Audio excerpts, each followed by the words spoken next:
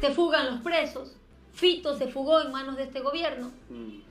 Todos estos hechos en donde no hay una articulación del Estado, ni hay la voluntad de ponerle orden al Ecuador, porque hay serios indicios de que hay vínculos, tanto de los gobiernos como del sistema de justicia, con bandas delictivas.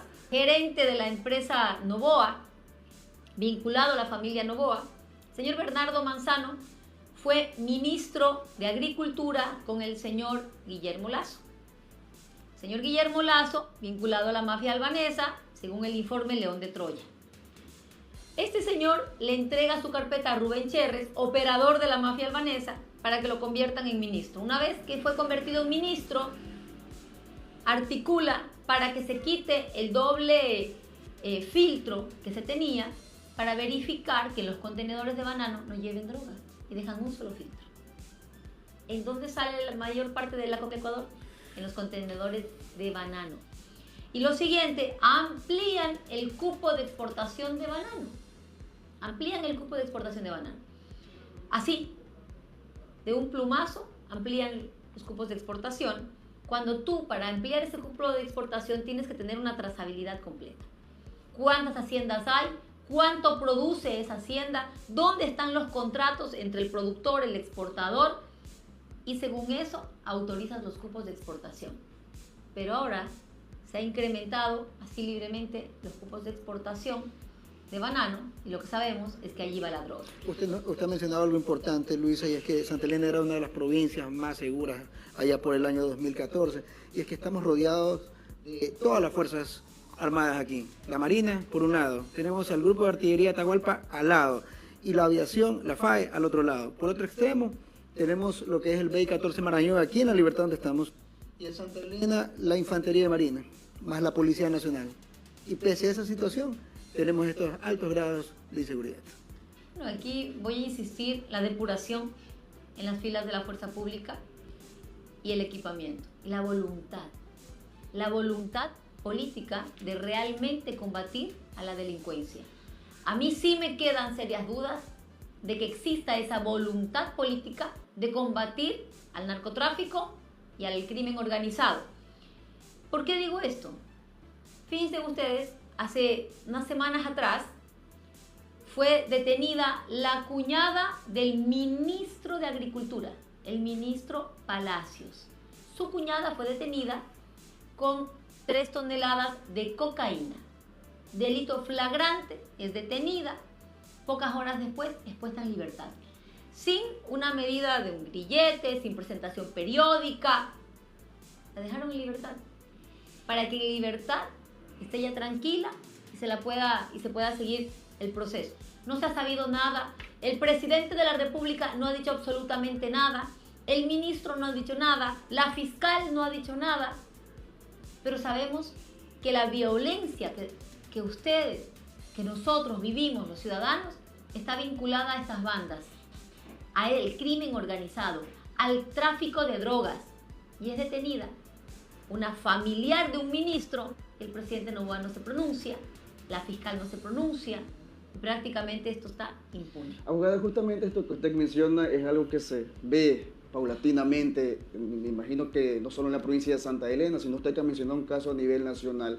Están también la delincuencia menor, que son los asaltos. En los buses asaltan casi a diario, las extorsiones a los pequeños negocios, de pequeños emprendedores, que están vinculados pues de alguna u otra forma a la delincuencia organizada. A veces se detienen a estas personas, pero salen en libertad inmediatamente. Eso quiere decir que hay un problema pues en el sistema judicial. ¿Qué plantearía usted para solucionar esta problemática ya de raíz? A ver, esto comienza también con debilitar todo el sector de justicia. En el gobierno de Lenín Moreno le quitaron 3.000 millones de dólares a todo lo que tiene que ver seguridad, tanto la fuerza pública como también lo que es el sistema de justicia. Y nadie ha dicho nada, ¿no? Tenemos una fiscal que es la encargada de hacer el seguimiento de los delitos, de hacer la investigación, posterior a eso, formular cargos, y todo está en investigación previa. No llegan a formulación de cargos. La gran mayoría de los delitos no llegan a la formulación de cargos. ¿Por qué? Porque quien está al frente de la Fiscalía General del Estado no es una persona que conozca del tema, no es una persona técnica, es política. Fue puesta en la Fiscalía General del Estado, Diana Salazar, para perseguir a la Revolución Ciudadana, y ustedes ven que en la mayor parte de casos, si es Revolución Ciudadana, inventa, es una actora política, pero ve que en temas como la mafia albanesa siguen operando con sus empresas, el señor Hernán Luque Lecaro sigue detenido en Argentina, no es traído al Ecuador para que aclare toda esta red de corrupción y de mafia dentro del Estado vinculada al gobierno de Guillermo Lasso, pero sí se dedica a perseguir y a hacer show político. Es una actora política.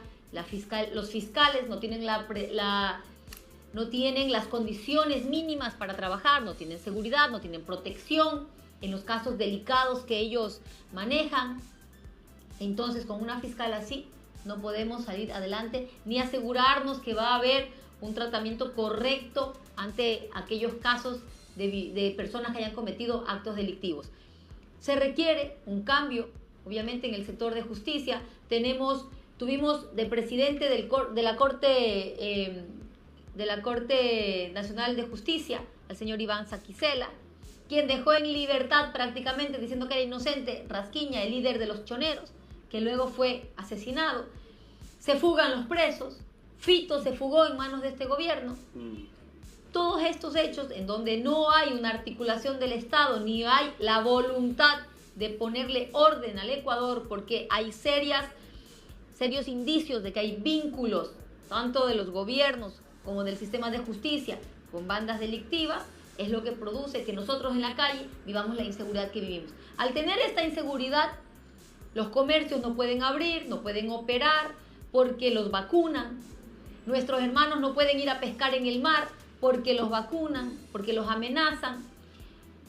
Los ciudadanos no podemos salir a las calles a consumir nuestros productos, a ir a un restaurante, hay una a un sensación kiosco. de temor en todos lados. No podemos hacer turismo por el temor. Entonces todo está integrado.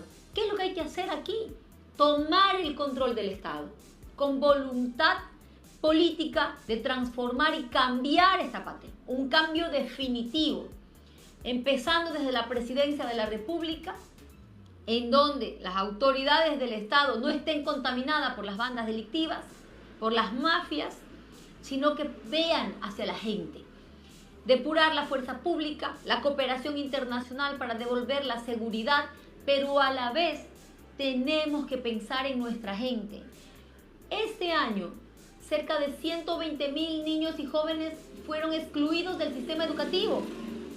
¿Por qué fueron excluidos? Porque también hay barreras de acceso a la educación.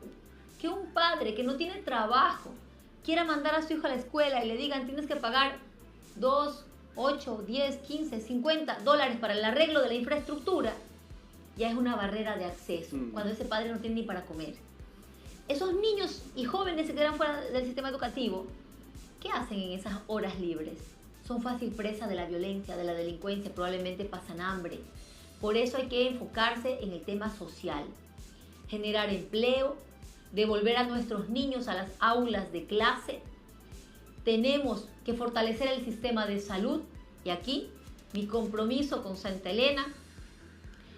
Vamos a hacer clínicas de rehabilitación de las adicciones, de nuestros jóvenes y adultos que han caído en adicciones. Vamos a hacer esas clínicas de rehabilitación porque el tema de las adicciones ya pasa por ser un problema de salud pública. Lo vamos a asumir nosotros como Estado y eso se hará la primera clínica aquí en Santa Elena.